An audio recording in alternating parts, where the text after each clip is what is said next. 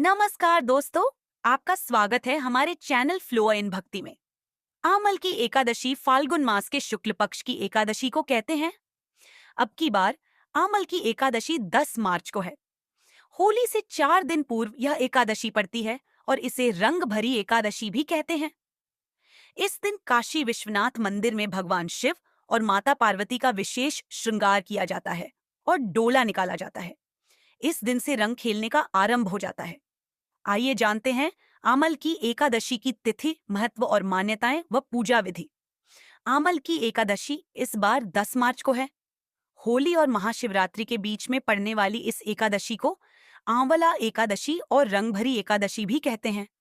फाल्गुन मास के शुक्ल पक्ष की एकादशी को आमल की एकादशी का व्रत रखा जाता है। इस दिन भगवान विष्णु की पूजा का विशेष महत्व होता है। आमल की एकादशी पर आंवले के पेड़ की पूजा और उसका इस्तेमाल खास तरीके से किया जाता है। यह व्रत उत्तम स्वास्थ्य और सौभाग्य के लिए माना जाता है। इस दिन मंदिर में आंवला का पेड़ लगाना भी शुभ होता है। मान्यता है कि आंवले के वृक्ष की पूजा और उसका सेवन करने से अच्छा स्वास्थ्य और भाग्य मिलता है।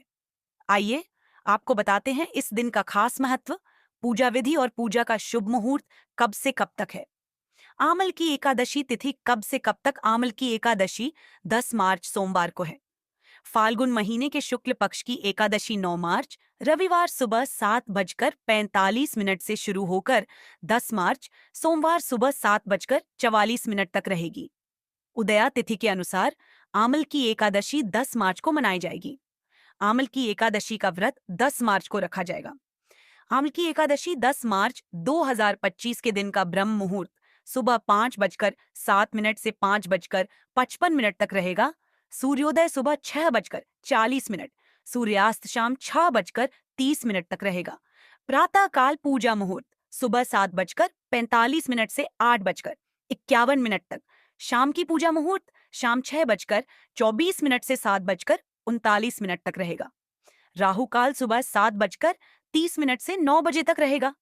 10 मार्च 2025 सोमवार सर्वार्थ सिद्ध योग सुबह 6:36 से रात 12:51 तक रहेगा। उसके बाद शोभन योग सुबह से दोपहर 1:57 तक रहेगा। रवि पुष्य नक्षत्र रात 12:51 से भद्रा सुबह 6:36 से 7:44 तक रहेगा। द्वादशी तिथि प्रारंभ 10 मार्च सोमवार सुबह 7:45 से द्वादशी तिथि समाप्त 11 मार्च मंगलवार सुबह 8:13 तक है। 11 मार्च 2025 मंगलवार सूर्योदय सुबह 6:43, सूर्यास्त शाम 7:53, 6:30। ब्रह्म मुहूर्त सुबह 5:06 से 5:54। आशक प्रातः काल पूजा मुहूर्त सुबह 5:22 से 6:35। अभिजीत मुहूर्त दोपहर 12:13 से 1 बजे तक है। राहु काल दोपहर 3 बजे से 4:30 तक रहेगा। हरिवासर समाप्त 10 मार्च 2025 सोमवार दोपहर 1 बजे तक है। आमल की एकादशी व्रत पारण व्रत खोलने का शुभ मुहूर्त 11 मार्च 2025 मंगलवार सुबह 6:44 से 8:13 तक। इसके बीच आप कभी भी व्रत खोल सकते हैं। आमल की एकादशी का महत्व। आमल की एकादशी का व्रत करने से कई फायदे मिलते हैं। हिंदू धर्म ग्रंथों के अनुसार यह व्रत सैकड़ों तीर्थयात्राओं और यज्ञों के बराबर पुण्य देता है। इस दिन भगवान विष्णु की पूजा करने से पापों का नाश होता है और मोक्ष मिलता है।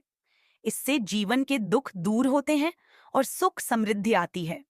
यह व्रत जीवन में सकारात्मक बदलाव लाता है और साथ ही करियर कारोबार में आगे बढ़ने के प्रयासों को सफलता मिलती है। आमल की एकादशी को रंग भरी एकादशी भी कहते हैं और इस दिन से रंग खेलने का सिलसिला आरंभ हो जाता है। काशी में रंग भरी एकादशी धूमधाम से मनाई जाती है। पौराणिक मान्यताओं के अनुसार इस दिन भगवान शिव माता पार्वती से विवाह के बाद पहली बार काशी आए थे। रंग भरी एकादशी पर भक्त शिवजी पर रंग, अबीर और गुलाल उड़ाकर खुशी मनाते हैं। इस दिन से काशी में 6 दिन तक रंग खेलने की परंपरा शुरू होती है। मान्यता है कि शिव जी पर गुलाल चढ़ाने से जीवन सुखमय होता है। रंग भरी एकादशी का त्योहार शिव और पार्वती के काशी आगमन का प्रतीक है। इसे काशी की संस्कृति का हिस्सा माना जाता है। रंग भरी एकादशी के दिन भक्त भगवान शिव और माता पार्वती को प्रसन्न करने के लिए विशेष पूजा अर्चना करते हैं। भगवान शिव को लाल गुलाल अर्पित किया जाता है, जो उनके उग्र स्वरूप का प्रतीक है। माता पार्वती को श्रृंगार का सामान छरहाने से सुख समृद्धि की प्राप्ति होती है। रात में जागरण और भजन कीर्तन से भगवान शिव की विशेष कृपा प्राप्त होती है। इसके अलावा भगवान विष्णु के सामने 9 बत्तियों वाला दीपक जलाकर रात भर रखने का भी विधान है। ऐसा माना जाता है कि इससे घर में सुख शांति और समृद्धि आती है। आइए सुनते हैं आम्ल की एकादशी की व्रत कथा। आमल की एकादशी का महात्म्य। भगवान श्री हरि श्री कृष्ण के श्रीमुख से विजया एकादशी की कथा एवं महात्म्य सुनकर युधिष्ठिर बोले, युधिष्ठिर, हे मधुसूदन, आपके श्रीमुख से फाल्गुन माह के कृष्ण पक्ष को आने वाली विजया एकादशी का महात्म्य और कथा सुनकर मैं तृप्त हो गया हूँ, और अब मुझे फाल्गुन माह के शुक्ल पक्ष को आने वाली एकादशी तिथि के बारे में जानने को उत्सुक हूँ। अतः हे कृपा सिंधु, इस एकादशी को किस नाम से जाना जाता है? इस एकादशी व्रत की क्या विधि और विधान है? इस व्रत में हमें किन भगवान की पूजा करनी चाहिए? इस एकादशी व्रत के फल स्वरूप हमें किन पुण्य फल की प्राप्ति होती है? मुझे विस्तार पूर्वक कहे। श्री कृष्ण, हे राजन, फाल्गुन माह के शुक्ल पक्ष को आने वाली एकादशी को आमल की एकादशी के नाम से जाना जाता है। इस एकादशी व्रत के प्रभाव से समस्त पापों का नाश होता है। इस एकादशी करने पर प्राप्त होने वाला पुण्य फल 1000 गौदान से मिलते पुण्य फल के समान है। हे राजन, अब मैं आपको आमल की एकादशी की व्रत कथा सुनने जा रहा हूँ, जो आर्षि वशिष्ठ ने राजा मांधाता को सुनाई थी। अतः इस कथा को ध्यानपूर्वक सुनना। आम्ल की एकादशी व्रत कथा एक समय की बात है, जब राजा मांधाता अर्षि वशिष्ठ के आश्रम पहुँचे और उनसे निवेदन करने लगे। राजा मांधाता, हे मुनिवर, आप सर्व वेदों के ज्ञाता हैं, आप मुझ पर कृपा करें और मुझे कोई ऐसी कथा सुनाए कि जिससे मेरा कल्याण हो। महर्षि वशिष्ठ, हे राजन, तुमने बद्दा ही उत्तम विचार प्रकट किया है। सर्व कल्याण हेतु आज मैं तुम्हें एक ऐसी कथा अवश्य सुनाऊंगा। सभी व्रतों में सबसे उत्तम और मनुष्य के अंत समय में उसे मोक्ष प्रदान करने वाली आम्ल की एकादशी की कथा आज मैं तुम्हें सुनाऊंगा। अतः इस बद्धे ही श्रद्धापूर्वक सुनना। एक समय की बात है, वैदिश नामक एक नगर हुआ करता था, जहाँ ब्राह्मण, क्षत्रिय, वैश्य और शूद्र सभी वर्ण के लोग बड़े ही आनंद से अपना जीवन निर्वाह किया करते थे। वहाँ सदैव वेद ध्वनि गूंजा करती थी और इस नगर में पापी, दुराचारी और नास्तिक कोई भी न था। उस खुशहाल नगर में चैत्रथ नामक चंद्रवंशी राजा राज किया करता था। राजा अत्यंत विद्वान और गुणी था। नगर में कोई भी व्यक्ति दरिद्र और कंजूस न था। सभी नगरजन परम विष्णु भक्त और आबाल वृद्ध, स्त्री पुरुष सभी एकादशी का व्रत किया करते थे। एक दिन फाल्गुन माह के शुक्ल पक्ष की आमलिका एकादशी का पर्व आया। उस दिन सभी प्रजाजनों ने हर्षपूर्वक इस व्रत का अनुष्ठान किया। राजा अपने प्रजाजनों संघ नगर के एक मंदिर में जाकर पूर्ण कुंभ की स्थापना करते हुए प्रभु को धूप, दीप, नैवेद्य, पंचरत्न आदि से धात्री अनवाले का पूजन करने लगे और इस प्रकार स्तुति करने लगे। हे पूज्य धात्री, आप परम ब्रह्मा स्वरूप हो, स्वयं ब्रह्मा जी द्वारा उत्पन्न हुए और सर्व पापों का नाश करने वाले हो। आपको मैं कोटि कोटि वंदन करता हूँ। अब आप मेरा अर्घ्य स्वीकार करें। आप स्वयं श्री रामचंद्र जी द्वारा पूजनीय हो। मैं आपकी स्तुति करता हूँ, अतः आप मेरे सभी अवगुणों का नाश करो। भगवान धात्री की स्तुति के साथ ही सभी ने उस रात्रि जागरण भी किया। रात्रि के समय वहाँ एक बहेलिया आया। वह अत्यंत पापी और अधर्मी था। वह अपने परिवार का भरण पोषण जीव हत्या करके किया करता था।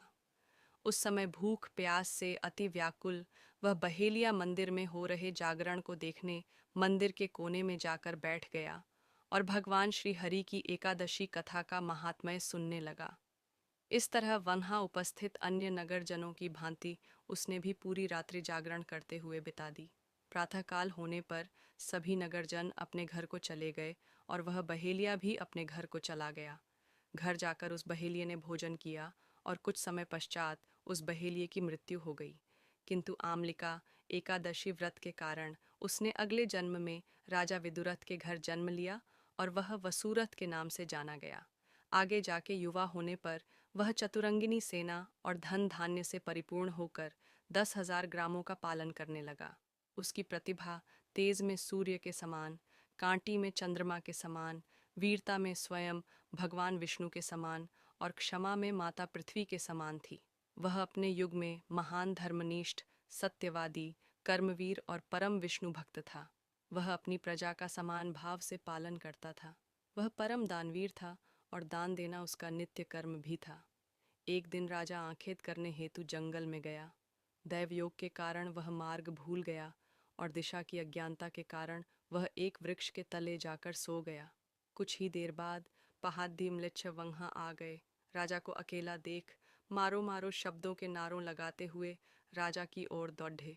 म्लेच्छ कहने लगे, इस दुष्ट राजा ने हमारे सभी संबंधी, माता, पिता, पुत्र, पौत्र की निरपराध हत्या की है और हमें अपने नगर से बाहर निकल दिया है। अतः ऐसे दुष्ट राजा को मारना अवश्य चाहिए। अपना क्रोध राजा के ऊपर निकालते हुए वे निशस्त्र राजा की ओर दौड़े और अपने अस्त्र शस्त्र का प्रहार राजा के ऊपर करने लगे। जितने भी अस्त्र शस्त्र राजा के ऊपर फेंके जाते वह स्वतः ही नष्ट हो जाते और राजा को उन अस्त्रों का वार एक पुष्प के समान प्रतीत हो रहा था। अब उन म्लेच्छों द्वारा फेंके जाने वाले अस्त्र और शस्त्र उल्टा उन्हीं को क्षति पहुंचाने लगे और क्षति के मारे वह स्वयं ही मूर्छित होकर नीचे गिरने लगे। उसी पल राजा के शरीर से एक दिव्य प्रकाश उत्पन्न हुआ और उसमें से एक बहुत ही सुंदर स्त्री का आगमन हुआ। वह स्त्री सुंदर अवश्य थी, किंतु उसकी भ्रिकुटी टेढ़ी ही थी। उनके नेत्रों से एक भयावह अग्नि की ज्वाला प्रकट हो रही थी। वह दूसरे काल से समान दिख रही थी। राजा पर प्रहार हो रहा देख वह उन म्लेच्छों का संहार करने उनके पीछे दौड़ी और कुछ ही समय में उसने सभी म्लेच्छों का संहार कर दिया। कुछ समय पश्चात जब राजा जागृत अवस्था में आया तो उसने सभी म्लेच्छों को मरा हुआ पाया। सभी म्लेच्छों को मरा हुआ देख वह आश्चर्यचकित हो उठा और सोचने लगा कि इन म्लेच्छों को आखिर किसने मारा होगा। इन निर्जन वन में ऐसा कौन है जो मेरा हितैषी है, जिसने मेरे प्राणों की रक्षा की है। कि तभी एक आकाशवाणी हुई, हे राजन, इस संसार में भगवान श्री हरि विष्णु के अतिरिक्त और कौन है जो तुम्हारी सहायता कर सकता है। इस आकाशवाणी को सुन उसने भगवान श्री हरि विष्णु की स्तुति गाते हुए उनको साष्टांग नमन किया। अब राजा पुनः अपने राज्य को गया और सुखपूर्वक अपना राज्य करने लगा। अंत में महर्षि वशिष्ठ बोले, हे राजन, यह आम्लकी एकादशी का प्रभाव था। इस एकादशी का व्रत करने वाला हर मनुष्य अपने सभी कार्यों में निश्चित रूप से सफलता प्राप्त करता है और अपने अंत समय में विष्णु लोक को प्राप्त होते हैं। ये थी आम्लकी एकादशी की कथा।